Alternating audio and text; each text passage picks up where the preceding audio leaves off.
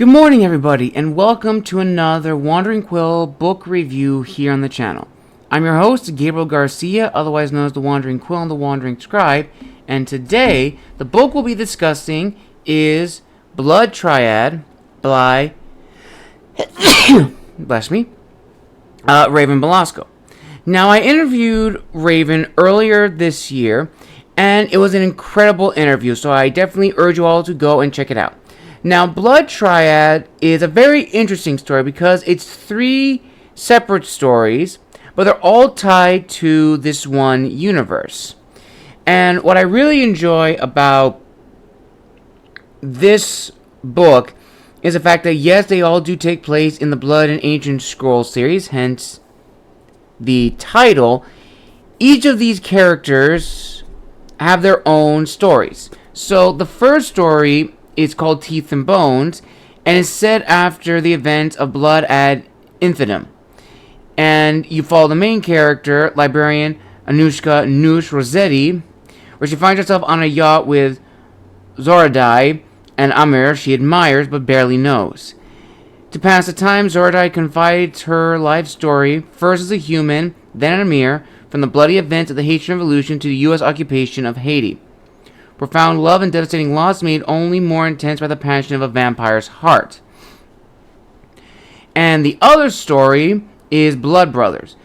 And in Blood Brothers, Noosh finally gets Wolfram and Dunkal to share the tale of their centuries-long partnership. Meeting on opposing sides of a battle in the 900s AD, the two men take an unlikely path to both the Amir of life and to a lasting love, fighting together across Europe and the Middle East before nearly losing each other in the calamitous transformation into Amir. And honestly, Blood Brothers is probably my personal favorite because I love medieval history, especially late antiquities history. So, again, Raven Belasco nailed Blood Brothers.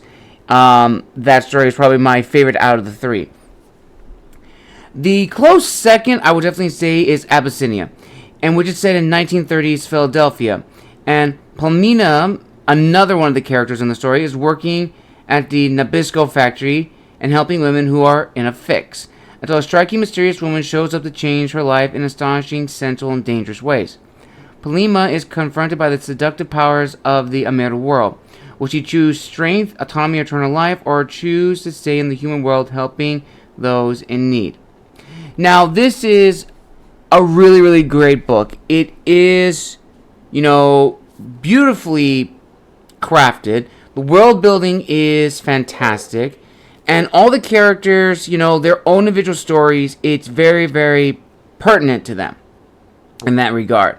I also love how at the end of each book, Raven Belasco added author notes to give more context to the stories and the situations, which I found very, very helpful. I also like at the very end of this book, if I could find the actual page, is, the index of non-English phrases, because these words are prevalent, and you just move a little closer, throughout the whole story. So I do appreciate that. And ultimately, another thing I did like is the language that Raven Belasco created for her vampires. So all of these words are found throughout the story, and they all have their meanings, hence in the index.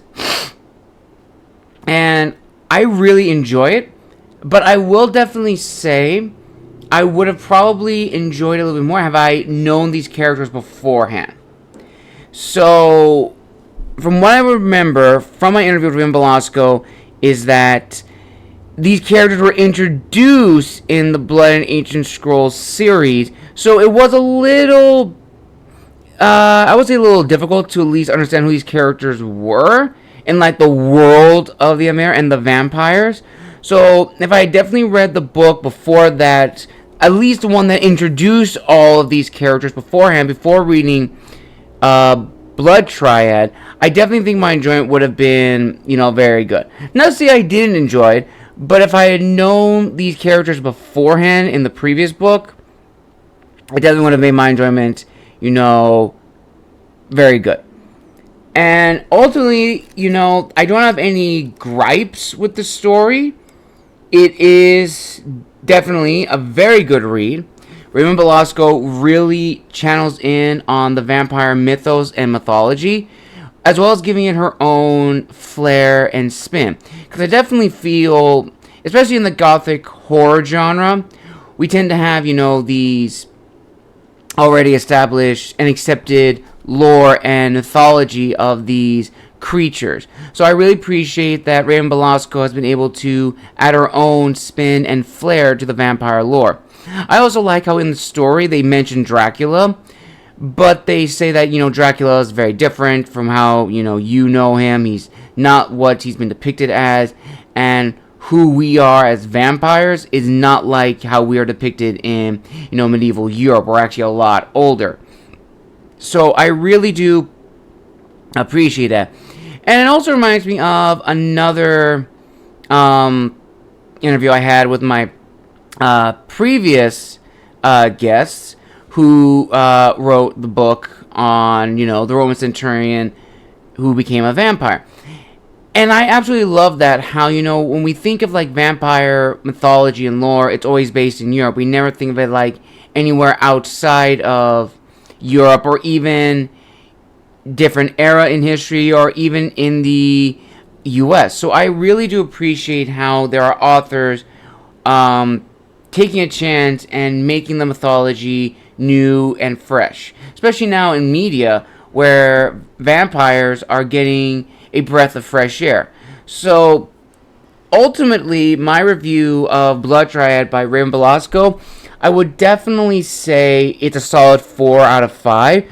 And the reason why I give it a 4 out of 5 is, yes, the book is very good. It's, separate stories, but part of this big world. But I definitely felt myself a little confused. So I would definitely urge my followers to definitely check out the first in the series, at least the series that introduces all of these characters, before reading Blood Triad.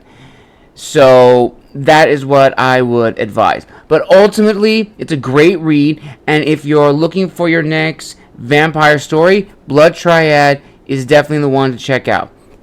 I will link it down below in the description of this video, as well as tag my interview with Raven Belasco right here.